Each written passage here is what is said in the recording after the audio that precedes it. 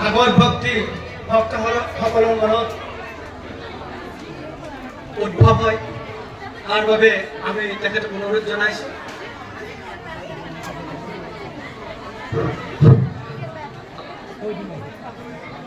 চতুর্মুখ মুখাম্ভোজ বনহংস বধূর মম মানসে রমতাম নিত্যম সর্ব শুক্লা সরস্বতী। হরি ওম। পরম শ্রদ্ধাভাজন আজির এই পাইকানাত শ্রীমদ ভগবত প্রবচন আর ভ্রমণ কার্যসূচীর এই পবিত্র স্থলত উপস্থিত হওয়া ভক্তপ্রাণ রাইজ জয় জয়তে মই আপোনালোকৰ শ্ৰীচৰণত প্ৰণিপাত জনাইছো আৰু ইয়াৰ আয়োজকসকলক মই কৃতজ্ঞতা জনাইছো যে আপোনালোকৰ মাজত ইয়াত উপস্থিত হৈ এই প্ৰভুৰ শ্ৰীচৰণত এগছি বন্তি প্ৰজ্বলন কৰিবৰ কাৰণে যে সৌভাগ্য প্ৰদান কৰিলে তাৰ কাৰণে মই পদৌতিলৈ সেৱা জনাইছো। আপোনালোকে ইয়াত যি পবিত্ৰ অনুষ্ঠানৰ আয়োজন কৰিছে ইয়াৰ ফল কিমান ডাঙৰ হ'ব পাৰে, আমি ইয়াৰ পৰা কি ফল পাব পাৰো সেয়া শব্দৰে প্ৰকাশ কৰিব নোৱাৰি। ইয়াত প্ৰভুৰ গুণানুকীৰ্তন হ'ব, ভাগৱত ভ্ৰমণ হ'ব, প্ৰবচন পাঠ হ'ব, ইয়াত ভাগৱত প্ৰবচন ক'ব। এই কথাবিলাক শুনাৰ পিছত আপোনালোকে কি ফল পাব বা ইয়াৰ সুদূৰ প্ৰসাৰী প্ৰভাৱ কিমান হ'ব সেয়া আজি মই একে আশাৰে কৈ দিব নোৱাৰো। আমাৰ কৈছে বিশ্বাসে মিলয় হৰি তৰ্কে বহুদূৰ। ভাগৱত শাস্ত্ৰভাগ ইমান এখন শ্ৰেষ্ঠ শাস্ত্ৰ, আমাৰ কৈছে যে শাস্ত্ৰৰ উত্তম গীতা ভাগৱত, ধৰ্মৰ উত্তম নাম, দেৱৰো উত্তম দৈৱকী নন্দন, চৰণে কৰো প্ৰণাম। এতিয়া দৈৱকী নন্দনৰ কথাই আছে ভাগৱতত।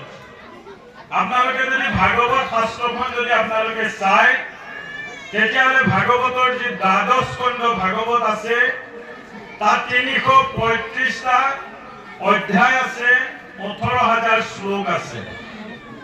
এই যে শ্লোকবিলাক যে আমি গাওঁ, এই শ্লোকবিলাক গালে আমাৰ কি হ'ব পাৰে? আমি কিয় গাওঁ? আমি মন্ত্ৰবিলাক গাওঁ, আমি শ্লোকবিলাক গাওঁ, তাৰ কি ফল হ'ব পাৰে? বহুত মানুহে ক'ব এইবিলাক শ্লোক মাতিছে কি হ'ব? এটা এটা শ্লোকৰ কিমান মূল্য আছে, এটা এটা মন্ত্ৰৰ কিমান মূল্য আছে মই আপোনালোকক ক'ব বিচাৰিছো। এটা সৰু কথা এটা মই ক'ব বিচাৰিছো। এজন মানুহে ভ্ৰমণ কৰিবলৈ গৈ আছিল, মন্ত্ৰী এজনে তেতিয়া দেখা পালে যে এজন মানুহে কিবা লিখি আছে।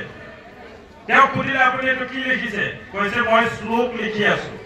শ্লোকবিলাক লিখিলে কি হ'ব, কি কৰিব আপুনি? কৈছে মই শ্লোকবিলাক বিক্ৰী কৰো। কৈছে শ্লোকটোৰ মূল্য কিমান? আপুনি এটা মোক ভাল শ্লোক দিয়ক, ইয়াৰ মূল্য কিমান? কৈছে ১,০০,০০০ টকা। তেতিয়া তেওঁ ক'লে ঠিক আছে, মন্ত্ৰীৰ আৰু ইমান পইচা পাতি লেঠা নাই, গতিকে ধুনীয়াকে চেক এখন কাটি দিয়ে, এটা শ্লোক লৈ আহিলে। সেই শ্লোকটো আনি পেলাই তেওঁ ঘৰত আনি শ্লোকটো থলে, ধুনীয়াকে ড্ৰয়িং ৰুমৰ বেৰত আৰ্টিষ্ট মাতি সেই শ্লোকটো লিখি ধুনীয়াকে থৈ দিলে। কিন্তু এটা সময়ত কি হ'ল, তেওঁ কিবা দৈৱ দুৰ্বিপাকত তেওঁৰ নিৰ্বাসন হ'ল, তেওঁ শাস্তি পালে।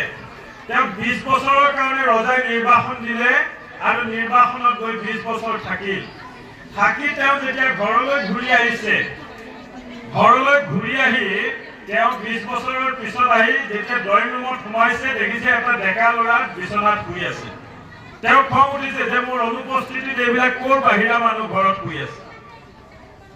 তেতিয়া তেওঁ দাখন বিচাৰিছে কাটিবৰ কাৰণে। ঠিক সেই সময়ত তেওঁৰ পত্নী ভিতৰৰ পৰা ওলাই আহিছে আৰু সেই মানুহজনে দাখন বিচাৰি থকাৰ সময়ত সেই শ্লোকটো পঢ়ি অলপ সময় তেওঁ অতিবাহিত কৰিছে। অতিবাহিত কৰি দাওখন বিচাৰি পোৱা নাই, শ্লোকটো পঢ়ি আছে। পত্নী আহি পেলাই কৈছে আপুনি 20 বছৰৰ পিছত ঘৰলৈ আহিছে, আমাৰ ল'ৰা কিমান ডাঙৰ হৈ গ'ল আপুনি চাওকচোন। তেতিয়া তেওঁ চিন্তা কৰিছে যে এই শ্লোকটোৰ সাৰমৰ্ম বুজিবলৈ মই যেতিয়া শ্লোকটো চাই থাকিলো, সেইখিনি সময়ত মোৰ পত্নী আহি পালে, নহলেতো ল'ৰাটো ইমান সময় কাটা গ'ল হয়। শ্লোকটোত লিখা আছিল সহসা বিৰোধিত নক্ৰিয়াম অবিবেক পৰমাস্পদম পদাম। অৰ্থাৎ আমি নভবা নিচিন্তাকৈ একো কাম কৰিব নালাগে, যেটো অবিবেকিতাৰ চিন। আমি কিছুমান মানুহে হুৰমুৰকৈ কিছুমান কাম কৰি পেলাওঁ আৰু তাৰ ফলত পিছত আমি সেই কথাটোৰ কাৰণে আমি জীৱনত পস্তাবলগীয়া হয়। আমাৰ কয় নহয় খমত পেট কাটি ছমাহলৈ ফুকনি খোৱা বুলি। গতিকে মানুহে কাম কৰোঁতে সদায় ভাবি চিন্তি কৰিব লাগিব আৰু দেখাক দেখি কাম কৰিলে নহ'ব। দেখাক দেখি এতিয়া আমি আমাৰ এতিয়া ধৰি লওক ইয়াত যিমান ভক্তপ্ৰাণ ৰাইজ উপস্থিত হৈছে, এই অনুষ্ঠানটো আজি 22 বছৰ আপোনালোকৰ হ'ল। যেতিয়া ইয়াত এই কথাটো আৰম্ভ হৈছিল তেতিয়া হয়তো ইমান মানুহ নাছিল, আৰু কালক্ৰমত এই অনুষ্ঠান ভাগলৈ বহুত মানুহৰ সমাগম হ'ব। কিয় হ'ব? ইয়াৰ যিটো পবিত্ৰতা, ইয়াৰ যিটো আত্মীয়তা, ইয়াৰ যিটো আধ্যাত্মিকতা, সেই দিশটো আপোনালোকে দিনক দিনে যেতিয়া উপলব্ধি কৰিব তেতিয়া আপোনালোকে গম পাব। এতিয়া মই ক'ব খুজিছো, আমাৰ যে এতিয়া আমাৰ অলপ কেইদিনমান পিছত আকৌ ৰাস আহি আছে। অহাকালিৰ পৰা আকৌ ৰাসৰ কাম আৰম্ভ হ'ব, ৰাস আৰম্ভ হ'ব।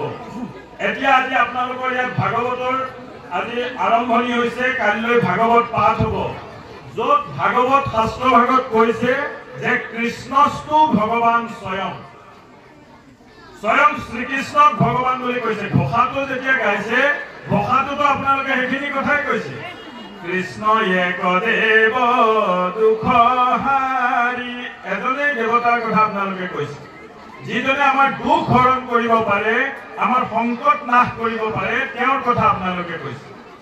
সেই কৃষ্ণ দৈৱকী নন্দন কৃষ্ণ, তেওঁ যেতিয়া বসুদেৱ দৈৱকীৰ ঘৰত জন্ম গ্ৰহণ কৰিছিল, বসুদেৱৰ ঔৰসত দৈৱকীৰ গৰ্ভত যেতিয়া জন্ম গ্ৰহণ কৰিছিল, তেতিয়া তেওঁক ভগৱান বুলি ভাবা নাছিল, ভগৱান বুলি মানা নাছিল। আজি আপোনালোকে চাওক, আজি কৃষ্ণই ইমান দিন থাকি, পাণ্ডৱৰ লগত থাকি কৃষ্ণ যেতিয়া বৈকুণ্ঠ প্ৰয়াণ কৰিলে, তেতিয়াহে পাণ্ডৱে গম পাইছে যে তেওঁলোকৰ কি নাইকিয়া হ'ল। আজি জুবিন গাৰ্গৰ ক্ষেত্ৰত সেইটো কথা। জুবিন গাৰ্গ যেতিয়া আমাৰ লগত আছিল তেতিয়া কোনেও ভগৱান বুলি ভবা নাছিল, কিন্তু আজি প্ৰত্যেকজন মানুহৰ আজি হৃদয় জোকাৰি গৈছে যে কি নোহোৱা হ'ল আজি আমাৰ অসমত। ভগৱান শ্ৰীকৃষ্ণই যিমানবিলাক লীলা দেখুৱাইছে, সৰু কালত যিমানবিলাক লীলা দেখুৱাইছে, ডাঙৰ হৈ তেওঁ লীলা দেখুৱাইছে। এই লীলাবিলাকৰ পৰা আমি শিকিবলগীয়া বহুত কথা আছে। আমাৰ আজি ভগৱান শ্ৰীকৃষ্ণক আমি এজন মানুহ হিচাপে বা এজন পুৰুষ হিচাপে যদি কল্পনা কৰো, তেতিয়াহ'লে আমি ভাগৱত পাঠ কৰি আমাৰ ফল নহ'ব। ভগৱান শ্ৰীকৃষ্ণ হৈছে এটা সংস্কৃতি, কৃষ্ণ সংস্কৃতি। কৃষ্ণ হৈছে কৰ্ম সংস্কৃতিৰ নিদান। আমি কিমান কাম কৰিছো, আমি কিমান কৰ্ম সংস্কৃতি আমি কিমান পালন কৰিছো, আমি কৰ্ম কৰিছো নে নাই? মই আপোনালোকক এটা অনুৰোধ কৰিব খুজিছো, আমি যেতিয়াই কৃষ্ণৰ কথা ক'বলৈ যাওঁ তেতিয়াহ'লে আমি কি কৰিব লাগিব? আমি প্ৰথমতে নিজকে কৰ্ম সংস্কৃতিৰ কাৰণে প্ৰস্তুত কৰিব লাগিব।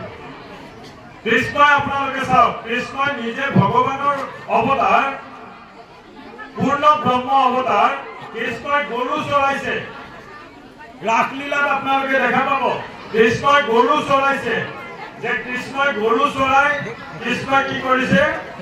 তাৰ পৰা গাখীৰ উৎপাদন কৰিছে, তাৰ পৰা তেওঁ মাখন তৈয়াৰ কৰি তেওঁ দিছে। আৰু যেতিয়া কংস চানুৰ আদি অসুৰবিলাকে যেতিয়া সেই ক্ৰীমবিলাক খাই পেলাই সেই মাখন খাইছে, তেতিয়া কৃষ্ণই মথুৰালৈ এইবিলাক লৈ যোৱাত বাধা প্ৰদান কৰিছে। আপোনালোকে ৰাসলীলাত দেখা পাব। তেওঁ কৈছে আমি গৰু আমি চৰাইছো, আমি গৰুৰ গাখীৰ খিৰাইছো আৰু আমি গাখীৰ খাবলৈ নাপাওঁ, ইহঁতে খায়, গতিকে এইটো বন্ধ হ'ব লাগে।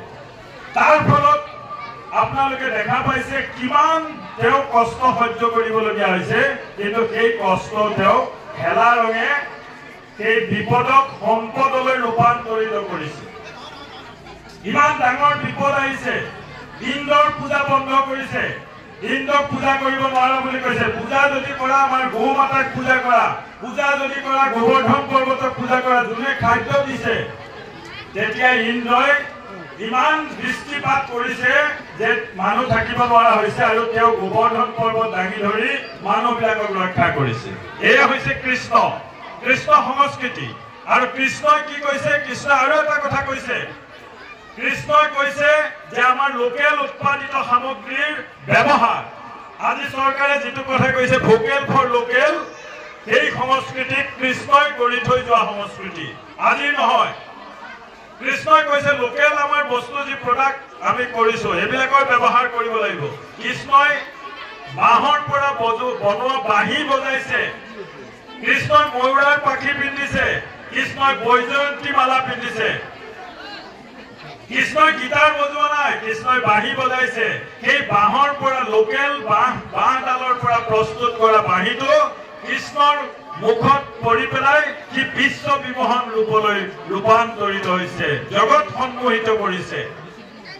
আৰু কৃষ্ণই এটা কথা কৈছে যে এই বস্তু আমাৰ উৎপাদিত বস্তু চহৰত থকা অসুৰবিলাকৰ খাব নোৱাৰে, কাৰণ অসুৰে সেই বস্তু খাই তেওঁলোক বলৱান হ'ব, কিন্তু আমাৰ কি লাভ হ'ব?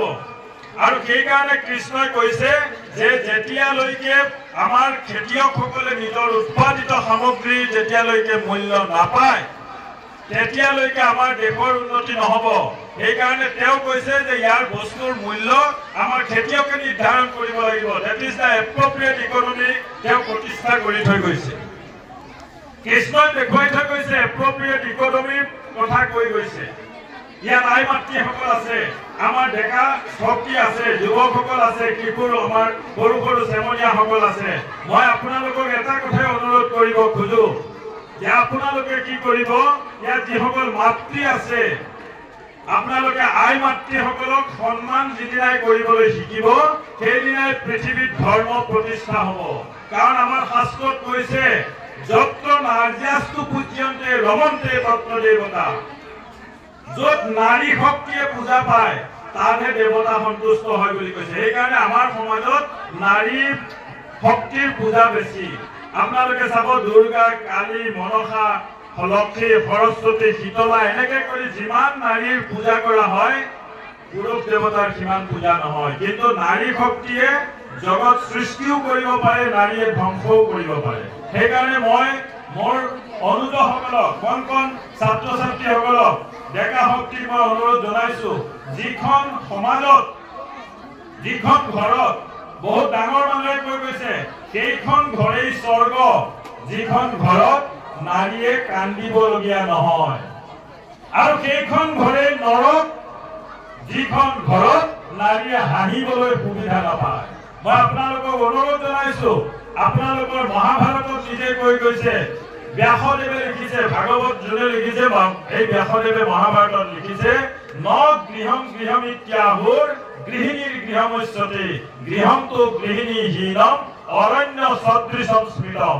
এখন কেৱল আমাৰ শিল ইটা বালিৰে বনোৱা ঘৰক ঘৰ বুলি নকয়। ঘৰখন তেতিয়াহে ঘৰ হ'ব যিখন ঘৰত গৃহিণী আছে, আৰু গৃহমটো গৃহিণীহীনম অৰণ্য সদৃশম স্মৃতম। সেই ঘৰ অৰণ্য সদৃশ যিখন ঘৰত এগৰাকী সুগৃহিণী নাই। গতিকে আপোনালোকৰ ইয়াত মই দেখা পাইছো, ইয়াত সকলো ভকত বৈষ্ণৱ ইয়াত উপস্থিত হৈছে, আইসকল আহি ইয়াত উপস্থিত হৈছে। ইয়াত প্ৰত্যেকজনৰ যি ভাৱ ভক্তি আপোনালোকক মই দেখা পাইছো। আপোনালোকৰ ইয়াত নিশ্চয়কৈ আপোনালোকে ফল পাব। মই নিজে এইবিলাক কাম কৰি মই নিজে ফল পাইছো, হাতত ফল পাইছো। বহুত মানুহে কয় এই আজিকালি এইবিলাক কৰি কি হ'ব, ভগৱান নাই। শ্লোক মাতিলে মানুহে হাঁহে, মই শ্লোকে মাতো, কাৰণ শ্লোক মাতি ভাত খাই আছো। মই সংস্কৃতৰ প্ৰফেচাৰ, এতিয়া প্ৰিন্সিপাল হৈছো। মই সংস্কৃতৰ মানুহ, গতিকে মই আৰম্ভণিতে এটা শ্লোক মাতো, মাজতো মাতো, শেষতো মাতো। মই শ্লোকে মাতো, কাৰণ কৌৰৱৰ চাউল খাই মই পাণ্ডৱৰ গীত নাগাওঁ। আৰু সংস্কৃতৰ শ্লোকত যিমানবিলাক কথা আছে বেলেগত আপোনালোকে বিচাৰি নাপাব। এটা এটা শ্লোকত এটা এটা দৰ্শন নিহিত হৈ আছে। আপোনালোকে ভাগৱত শাস্ত্ৰখন যেতিয়া শুনিব, কাইলৈ যেতিয়া নিপেন শৰ্মা ছাৰে যেতিয়া আহি পেলাই ভাগৱত পাঠ কৰিব, সেই ভাগৱত ভগৱন্তৰ এটা মূৰ্তি তাত বৰ্ণনা কৰিব। আপোনালোকে চাব, এটা ভগৱন্তৰ সম্পূৰ্ণ মূৰ্তি, গোটেই ১২ স্কন্ধ ভাগৱত আপোনালোকে শ্ৰৱণ কৰিব আৰু নিজৰ জীৱন ধন্য কৰিব। ভাগৱতৰ মংগলাচৰণত লিখা আছে, প্ৰথম দ্বিতীয় স্কন্ধে চৰণ দুতয়, দ্বিতীয় তৃতীয় চতুৰ্থ স্কন্ধে হয়ে গুৰুদয়া,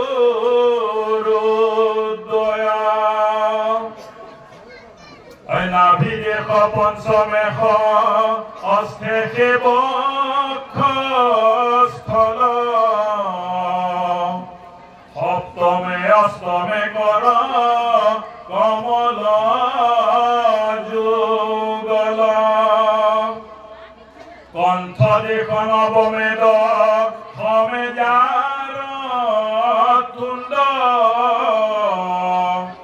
একাদশে ললাট দ্বাদশে ভৈলা মুণ্ড, হেন ভাগৱতৰ মূৰতি মনোহৰ, তমাল সদৃশ বৰ্ণ শ্যাম কলে বৰ। গোটেই ভগৱন্তৰ মূৰ্তি ভাগৱত শাস্ত্ৰ, তাৰ প্ৰত্যেকটো স্কন্ধ তেওঁৰ এটা এটা অংগ হিচাপে বৰ্ণনা কৰা আছে। গতিকে সেই ভাগৱত শাস্ত্ৰ যেতিয়া আপোনালোকে শুনিব, আপোনালোকৰ বহুতে ক'ব শুনিলে কি হ'ব, আমি নাম ল'লে কি হ'ব, নাম ল'লে কি হ'ব। মই সামান্য সৰু উদাহৰণ এটা দিওঁ। অজামিলে নিজৰ পুতেকৰ এটাৰ নাম ভুলক্ৰমে নাৰায়ণ ৰাখিছিল, অজামিলে, আৰু শেষত নাৰায়ণক মাত বুলি কোৱাৰ লগে লগে বিষ্ণুটোত আহি পেলাই বিষ্ণুৰ লোকলৈ লৈ গৈছে। জীৱনত একো কাম নকৰিলেও, একো নকৰিলেও যদি আপুনি ভগৱন্তৰ নাম লৈছে, তেতিয়াহ'লে হৈ যাব। কিন্তু মানুহক দেখুৱাই নহয়, আমাৰ বহুত মানুহে দেখুৱাই কাম কৰে। মই দেখুৱাই কাম কৰাটো মই বেয়া পাওঁ। মানুহক দেখুৱাব লগা কি আছে? আমাৰ অন্তৰত ভগৱান আছে। মই কি কৰি আছো, মই কি মতলবত ইয়ালৈ আহিছো, মই কলৈ যাম, মই নিজে দুৰ্গা পূজা কৰো। চাব দেই, মই কলেজৰ প্ৰিন্সিপাল, কিন্তু মোৰ পৈতৃক ধৰ্ম হিচাপে বছৰত মই দুৰ্গা পূজাখন মই নিজে কৰো। আজি প্ৰায় ১৫-১৬ বছৰ মই দুৰ্গা পূজা মই নিজে কৰিছো। আগতেও মই প্ৰায় ২০ বছৰ ২২ বছৰ মই বিধি ধৰিছো। কিন্তু সেই দুৰ্গা পূজা কৰি মই কি ফল পাইছো আপোনাক মই বুজাব নোৱাৰো। মই নিজে ফল পাইছো। মই এইবিলাক কথা বৰ্ণনা কৰিবলৈ নাযাওঁ, ক'লে মানুহে ক'ব বেছি কৰি আছে। সেইকাৰণে কাকো ক'ব নালাগে আপুনি কি পাইছে, কি কৰিছে, কাকো ক'ব নালাগে। আপোনাৰ যদি ভাল লাগিছে নিজে আহিব। সত্যনাৰায়ণ পূজাখন যেতিয়া কৰে, তাত পাছালিখনতো আপোনালোকে শুনিছে, কোনোবা এজনৰ ঘৰত গৈছে, কি কৰিছে, কি হ'ব কি নহ'ব, এও পূজা কৰিছে, সিও ধন টকা পইচা পাইছে, সিও ল'ৰা ছোৱালী পাইছে। গতিকে তাৰ পৰা বাঢ়ি বাঢ়ি বাঢ়ি বাঢ়ি যাই আছে। একো নহ'লে মানুহে নকৰিলেহেঁতেন। এই যে আমি যে পূজা পাঠ কৰো, আমি যে এই যে হেৰি কৰো, তাৰপিছত আমি নাম লওঁ। কাৰ নাম লওঁ? আমি প্ৰভু ভগৱন্তৰ নাম লওঁ। আমি পূজা কৰি উঠি তেওঁৰ নাম কীৰ্তন কৰো। আমি পূজাৰ মন্ত্ৰত আমি মাতো শেষত, যদসাংগম কৃতং কৰ্ম জানতা বাক্য জানতা সাংগম ভৱতু তৎসৰ্বং হৰেৰ নামানুকীৰ্তনা। মই যিখিনি জানিয়ে হওক বা নাজানিয়ে হওক, মই যিখিনি কৰিলো, এইখিনি শুভ সমাপ্তি তেতিয়াহে হ'ব যেতিয়া ভগৱন্তৰ গুণানুকীৰ্তন কৰা হ'ব। তাৰ মানে নাম ল'ব লাগিব। নাম হৈছে বৈকুণ্ঠৰ বস্তু। নাম ইমান সহজ বস্তু নহয়। নাম আমাৰ পূজা পাঠতকৈ ওপৰৰ হাই লেভেল বস্তু।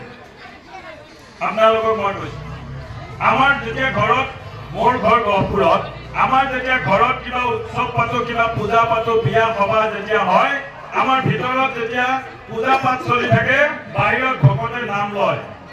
আমি নামৰ ভকতৰ ওচৰত আমি সেৱা লওঁ, আৰু সেই ভকতসকলে আমাৰ চোতালত তেওঁলোকৰ নামৰ জেগাত তেওঁলোকে অন্ন গ্ৰহণ কৰে।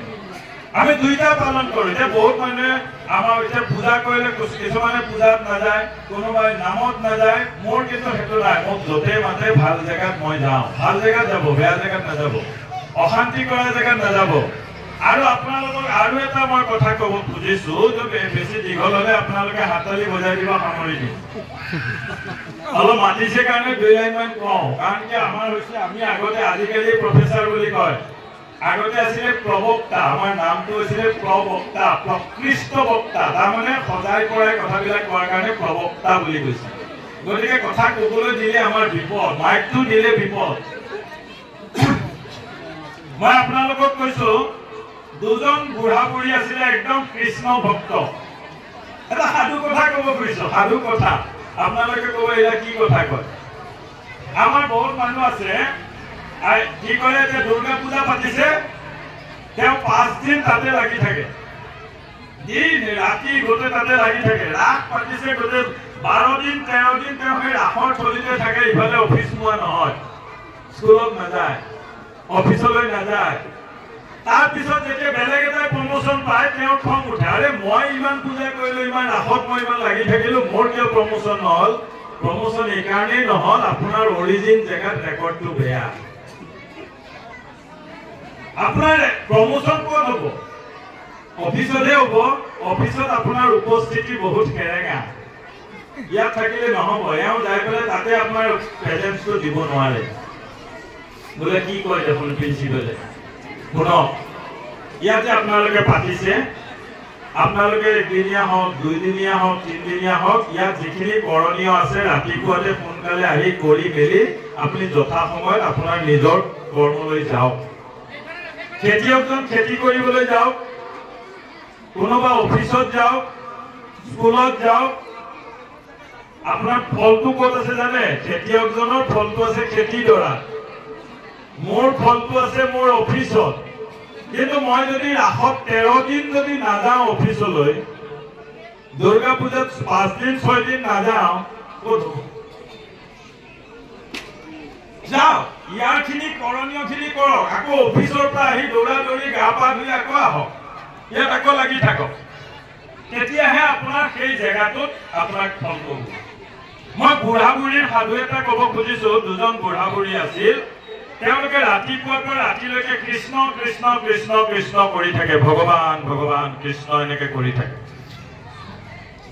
এবাৰ গাঁৱত বানপানী হ'ল সেই বানপানী একদম বিৰাট বানপানী মানুহৰ ঘৰত সোমাইছে মই যেতিয়া ক্লাছ 8-9 মানত আছিলো আমাৰ গাঁৱতো তেনেকুৱা বানপানী হৈছিলে আমাৰ একদম ঘৰৰ টিঙৰ চালিত পানী লাগি গৈছে এনেকুৱা পানী এই বুঢ়া বুঢ়ী দুটাক কৈছে বল মাথাউৰিলৈ যাওঁ সব মানুহ মাথাউৰিলৈ গ'ল এওঁলোকে নাযায় এওঁলোকে কৃষ্ণ কৃষ্ণ কৃষ্ণ কৃষ্ণ কৰি আছে তাৰপিছত উপায় নাই পানী যেতিয়া টিঙত লাগে তেওঁলোকে টিঙৰ চালিৰ ওপৰত উঠিল সেই টিঙৰ চালিৰ ওপৰত উঠিল আহিল এখন নাও নাওখনত ক'লে আপোনালোকে নাৱত উঠক কৈছে আমি নাৱত নুঠো আমাক ভগৱানে বচুৱাব আমি ভগৱানৰ ভক্ত তাৰপিছত এখন ডাঙৰ নাও আহিল ডাঙৰ নাওখনতো বুঢ়া বুঢ়ী দুটা উঠিল কৃষ্ণ কৃষ্ণ কৃষ্ণ কৰি আছে উপায় নাপায় উদ্ধাৰ অভিযানত হেলিকপ্টাৰ আহিছে হেলিকপ্টাৰ আহি পেলাই ক'লে উঠক হেলিকপ্টাৰত ৰছী পেলাই দিছে কৈছে আমি নুঠো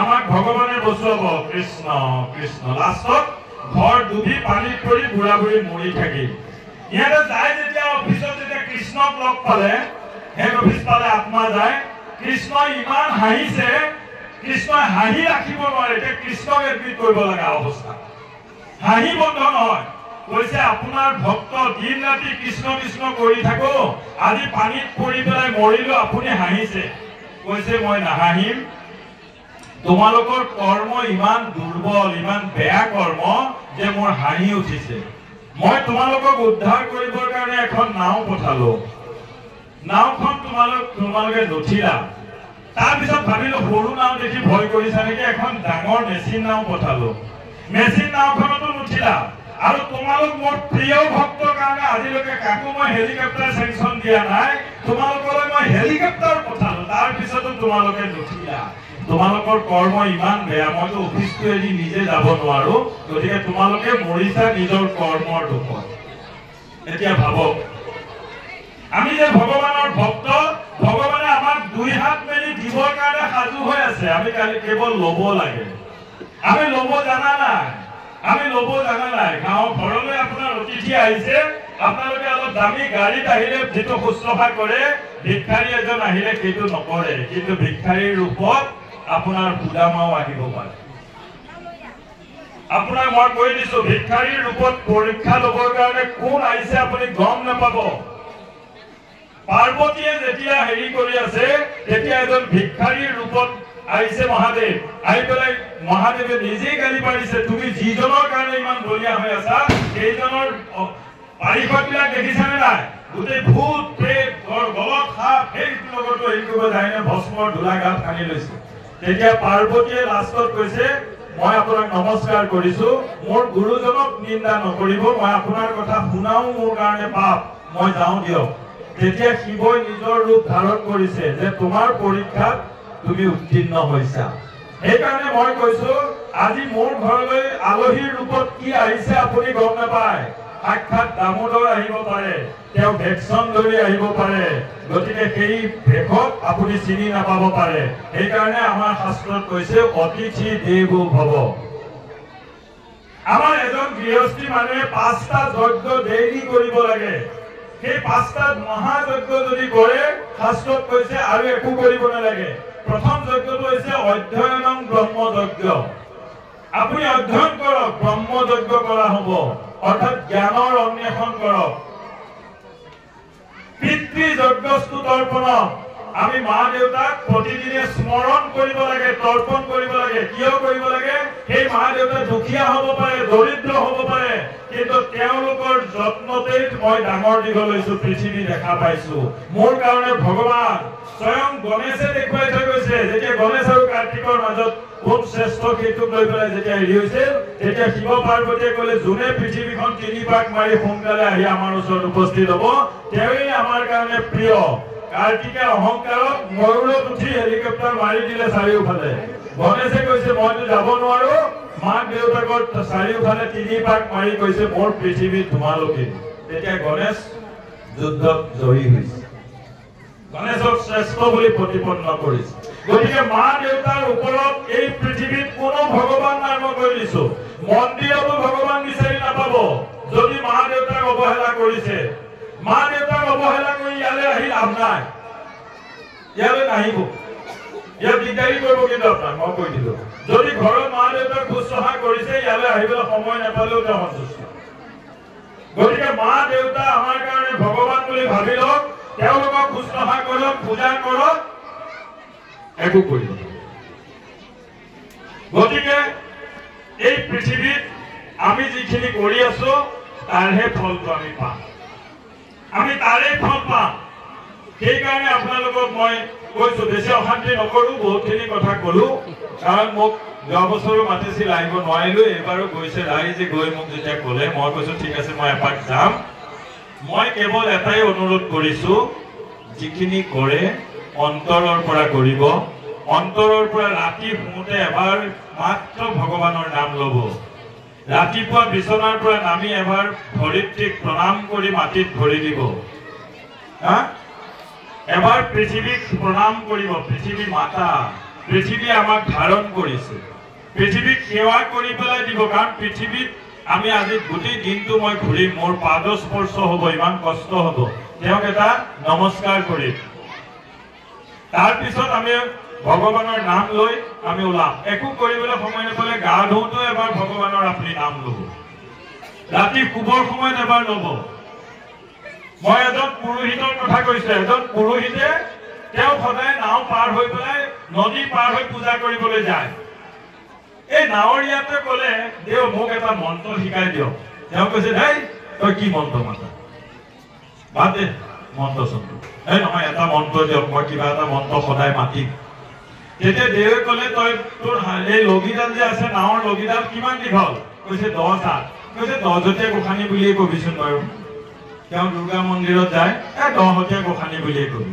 তেওঁ ৰাতিপুৱা ওলাই আহোঁতে 5 বাৰ 6 বাৰ 10 হতীয়া গোসানী বুলি কয় ৰাতি শুবৰ সময়ত 10 হতীয়া গোসানী বুলি কয় আহি গেলে এদিন দুৰ্গা মোৰ শৰীৰে কৈছে কি লাগে কৈছে হাও মই কি লাগেতো নাজানো দেওক সুধি আহোঁ মাৰ যাওঁ দেউৰ ঘৰ পালে দেউক কৈছে দেউ 10 হতীয়া গোসানীটো আহিছে কি লাগে সুধিছে মইতো ক'ব নোৱাৰো কি কওঁ হেই কি লাগে তই যা এই বোলে এটা ফেঁচা আছে এই ফেঁচা থকা গোসানীটোকো আহিব দে আহি গ'লে ফেঁচা থকা গোসাঁনীটোক মানুহ আহি গ'ল লক্ষী তাৰপিছত গৈ সুধিছে দেৱে কৈছে দেৱে ভাবিছে এইটো কিবা পাগল হ'ল কৈছে হাঁহ থকাটো আহিব দে তাৰপিছত গণেশ কাৰ্তিক গোটেই ফেমিলিটো আহি গ'ল আহি যোৱাৰ পিছত দেৱেতো একো নকয় দেউঠক জপ লগাই মাৰে গোটেই মাথা আহিছে মোৰ চোতালত মই কি কৰোঁ এতিয়া আহি পেলাই দেৱ কৈছে এয়া 10 গোসাঁনী এয়া ফেঁচা থকা সেয়া হাঁহ সেয়া নিগনি সেয়া অমুক এই কৈছে দেৱেতো একো দেখা নাপায় কাৰণ দেৱেতো কিমান অন্তৰেৰে মাথা নাই এওঁ কিন্তু অন্তৰৰ পৰা মাতিছে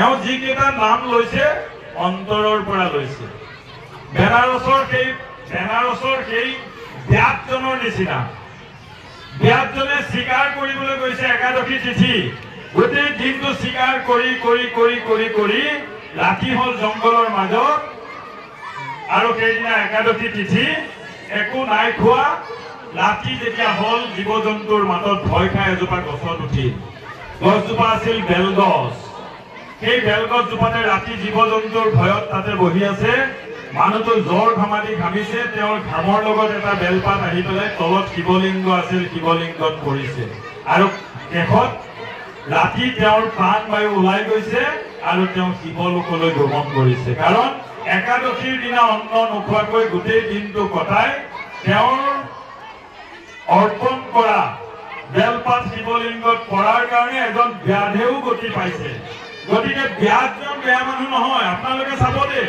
আমি যে ভাবো যে এই মানুহজন বেয়া এইজন অমুক এইজন তমুক মানুহ কোনো বেয়া নাই বেয়া কৰিছো যদি আমি কৰিছো কাৰোবাক কিবা বেয়া ৰাস্তাত যাবলৈ বাধ্য আমি কৰিছো আজি যদি আপোনাৰ ওচৰত কোনোবা এজন মানুহ আহিছে আপুনি যদি অলপ অন্ন বিচাৰি আহিছে মানুহজন ভোকত আহিছে আপুনি যদি ফিৰাই পঠিয়াইছে সেই মানুহজনে যদি অন্ন খাবলৈ নাপায় মানুহজনে যিমান কষ্ট পাব এদিন সেই মানুহজনেই কিন্তু বিদ্ৰোহী ৰূপত আপোনাৰ ঘৰত চোৰ বা ডকাই ধৰি পেলাই সোমাব মই কৈ দিম গতিকে যদি আমি শংকৰদেৱে কোৱাৰ নিচিনা কুকুৰৰ শৃগাল গৰ্দৰ ভৰো আত্মাৰা জানিয়া সবাকো কৰি কৰি বা প্ৰণাম যদি আমি হৃদয়ত ধাৰণ কৰিব পাৰো প্ৰতি জীৱ জন্তুক যদি আমি নিজৰ বুলি ভাবিব পাৰো মোৰ আত্মাৰ নিচিনা ভাবিব পাৰো তেতিয়াহ'লে এই পৃথিৱীতে সৰক আমি দেখা পাম আৰু যদি মই বেলেগ মই ধনী মই দুখীয়া এইবিলাক যদি বিভেদ কৰিবলৈ যাওঁ তেতিয়াহ'লে যিমান ধূপ চাকি জ্বলালেও যিমান পূজা অৰ্চনা কৰিলেও একো লাভ নহ'ব একো ফল নাপাব মই যেতিয়া দুৰ্গা পূজাত যাওঁ বহুত মানুহে কি কৰে মোৰ শৰাইখন অলপ আগবঢ়াই দিয়কচোন একদম দিয়ক একেবাৰে গোসাঁনী কাপোৰখনত লগাই দিলেহে যেন গৈ পাবগৈ আবেলিলৈ মই কৈছো তাতে থক হ'ব মই পানী ছটিয়ামতো আপুনি যে শৰাইখন লৈ পেলাই ওলাই আহিছে আপুনি যে ইয়াত চাকি গছ লৈ পেলাই ইয়ালৈ আহিছে আপুনি কি মতলবত আহিছে ঘৰৰ পৰা যাত্ৰা কৰোঁতে এওঁ গম পাইছে এওঁ গম পাই গৈছে কেতিয়াও মন্দিৰত গৈ পেলাই আপুনি মন্দিৰত এনেকে নকব প্ৰভু মোৰ কাষৰ মানুহটো বেয়া তাক মাৰি পেলাওক তাক শেষ কৰি দিয়ক সিহঁতক ধ্বংস কৰি দিয়ক এইবিলাক কবলৈ গ'লে কি হয় জানেনে ৰিয়েকশ্যন হয় প্ৰভুৱে ভাবে মোক দিহা দিবা আহিছে মই নাজানো কাক কি কৰিব লাগে তেতিয়া ৰিয়েকশ্যন হৈ পেলাই আপোনাৰ ওপৰত একশ্যনটো ল'ব আপুনি মন্দিৰলৈ যেতিয়া যাব নামঘৰলৈ যেতিয়া যাব শুদ্ধ ভাৱত যাব এটাই কথা ক'ব প্ৰভু সকলোকে ভাল কৰা সকলোৰে মংগল কৰা মোৰ যেতিয়া সাৰাউণ্ডিংটো মংগল হৈ যাব আৰু মই কাৰো ওপৰত ধমকি খাবলগীয়া নহয় শাস্ত্ৰত আমাক কৈছে মধু বাতা ৰিতায়তে মধুক্ষৰন্তি সিন্ধৱ মাৰ্ধিনৌ সন্তৌষধে মধুৰক্তমুতস্সু মধুমত পাৰ্থিবং ৰজ মধুক্তৌ ৰস্তুনঃ পীতা মাৰ্ধিকাবু ভৱন্তু ন ওম মধু ওম মধু ওম মধু মোৰ চাৰিওফালৰ বায়ু মধু হওক মোৰ জল মধু হওক চব মধু হওক চব সুন্দৰ হওক সব যেতিয়া সুন্দৰ হ'ব তাত অসুন্দৰ বুলি একো বস্তু নাথাকিব আৰু তেতিয়াই আমি তাত ভগৱন্তক দেখা পাম তেতিয়া আমি বৈকুণ্ঠপুৰী দেখা পাম গতিকে মই আপোনালোকক অনুৰোধ জনাইছো মন্দিৰলৈ যেতিয়া যাব শুদ্ধ মনেৰে যাব 1 টকা দান কৰিব সেই 1 টকা একদম জায়গা পাই যাব 1 লাখ টকাও নাপাব পাৰে আমাৰ বহুতে অশান্তি কৰে মই যেতিয়া পূজাত আহি পেলাই কৈছা খাই দি লাগে কি কৈছে অষ্টমী ভোগটো মই নিজে অকলে দিম বুলি ভাবিছিলো আৰু দুটা ওলাল নহয় মহা মুস্কিল হৈ গ'ল মোৰ গোটেই সংকল্পটোৱে নষ্ট হৈছে আৰে মই তেওঁলোকক বুজাই কওঁ আপোনাৰ উদ্দেশ্য অষ্টমী ভোগ দিয়া আপুনি দিলে যদি আপোনাৰ উদ্দেশ্য গুৱাহাটীলৈ যোৱা, আপুনি এখন গাড়ী ভাড়া কৰিলে অকলে 2000 টকা আপুনি দিব। দুজন মানুহে লগ লাগি পেলাই কৰিলে 1000 দিলে সিও গুৱাহাটীয়ে পাব। 4 জনে লগ লাগিলে 500 দিলে সিও গুৱাহাটীয়ে পাব। বেলেগ পাব নেকি? নাপায়। গতিকে মই অকলে লৈ যোৱা গাড়ীখনে গুৱাহাটীয়ে নিব, দুজন গলেও গুৱাহাটীয়ে যাব, 4 জন গলেও গুৱাহাটীয়ে যাব। মই যদি অকলে এক থালি ভোগ দিছো সিও বৈকুণ্ঠপুৰী পাব, 2 জনে লগ লাগি ভোগ দিছে বৈকুণ্ঠপুৰী। গতিকে সদায় এটাই কাম কৰক, মন শুদ্ধ কৰক। ভগৱান শ্ৰীকৃষ্ণৰ তেওঁৰ মহিমা আপোনালোকে বুজিবলৈ চেষ্টা কৰক, তেওঁৰ লীলাবিলাক অনুধাৱন কৰক, তেওঁ কি কৰিছিল, কি আছিল। কাৰণ ৰাসলীলাৰ কথা দুদিন পিছত কালিৰ পৰা ৰাস আহিব, দীঘল হৈছে ন? কালিৰ পৰা ৰাস আহিছে। ভগৱান মানুহে গালি পাৰে, শ্ৰীকৃষ্ণই যেতিয়া গোপিনীৰ বস্ত্ৰ হৰণ কৰিছে মানুহে অকল সেইটোৱে দেখা পায়। কৃষ্ণ ইমান ভয়া, গোপিনীৰ বস্ত্ৰ হৰণ কৰিছে। আৰে গোপিনীৰ বস্ত্ৰ হৰণটোৱে তুমি দেখা পাইছা? ৰাসলীলাৰ মূল তত্ত্বটোৱে হৈছে আত্মা আৰু পৰমাত্মাৰ মিলন। আত্মা পৰমাত্মাৰ মাজত কোনো ধৰণৰ প্ৰভেদ নাইতো। আমি হৈছো আত্মা, কৃষ্ণ হৈছে পৰমাত্মা। সেইকাৰণে যেতিয়া আহিছে গোপিনীবিলাকে, যেতিয়া পূৰ্ণিমা তিথিত আহিছে, গোপিনীবিলাকক ভয় কৰিছে, গোপিনীবিলাকৰ বস্ত্ৰ হৰণ কৰিছে। তেতিয়া গোপিনীবিলাকে কৈছে আমাক কাপোৰ দিয়ক, পানীত নামি থাকিবলৈ কৈছে কাপোৰ দিয়ক। কৈছে কিয়? কৈছে আমাৰ লাজ লাগে। লাজ কেতিয়া লাগে মোক কওকচোন, লাজ কেতিয়া লাগে? মই অকলে ৰুমত আছো, ৰুমটোৰ ভিতৰত মই কাপোৰ সলাইছো, মোৰ লাজ লাগে নেকি? তেতিয়াতো মোৰ লাজ লগা নাই। লাজ কেতিয়া লাগিছে? কেৰেককে দৰজাখন কোনোবাই খোলা কি কৰিলি তেতিয়া লাজ লাগিছে। তাৰমানে সেকেন্ড পাৰ্সনৰ উপস্থিতিত আমাৰ লাজ লাগে। কৃষ্ণ আৰু মই যেতিয়া দুজন বেলেগ, তাৰমানে কৃষ্ণই কৈছে তোমালোকৰ পৰীক্ষাত তোমালোকে এন্ট্ৰেন্স পাছ কৰা নাই।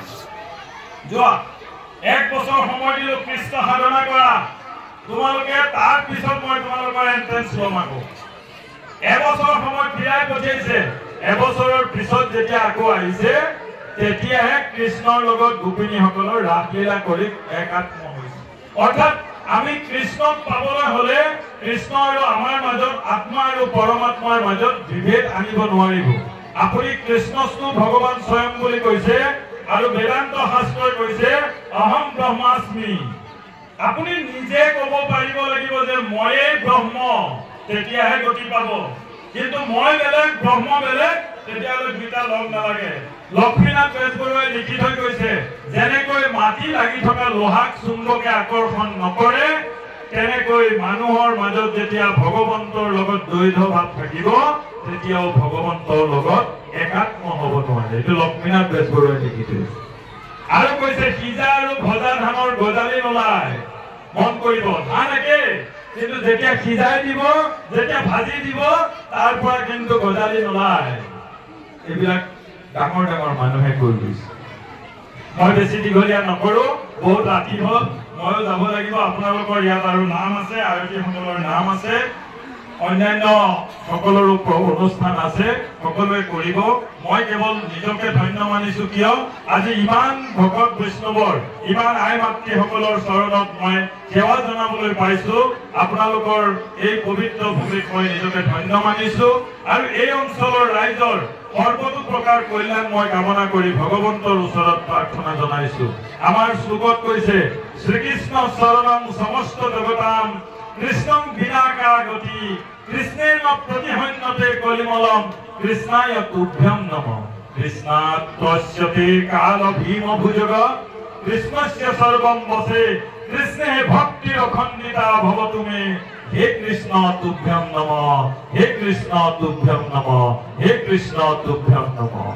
সর্বে ভবন্তু সুখিনঃ, সর্বে সন্তু নিরাময়া, সর্বে ভদ্রাণি পশ্যন্তু, মা কশ্চিৎ দুঃখভাগ্ ভবেৎ। ওম শান্তি শান্তি শান্তি।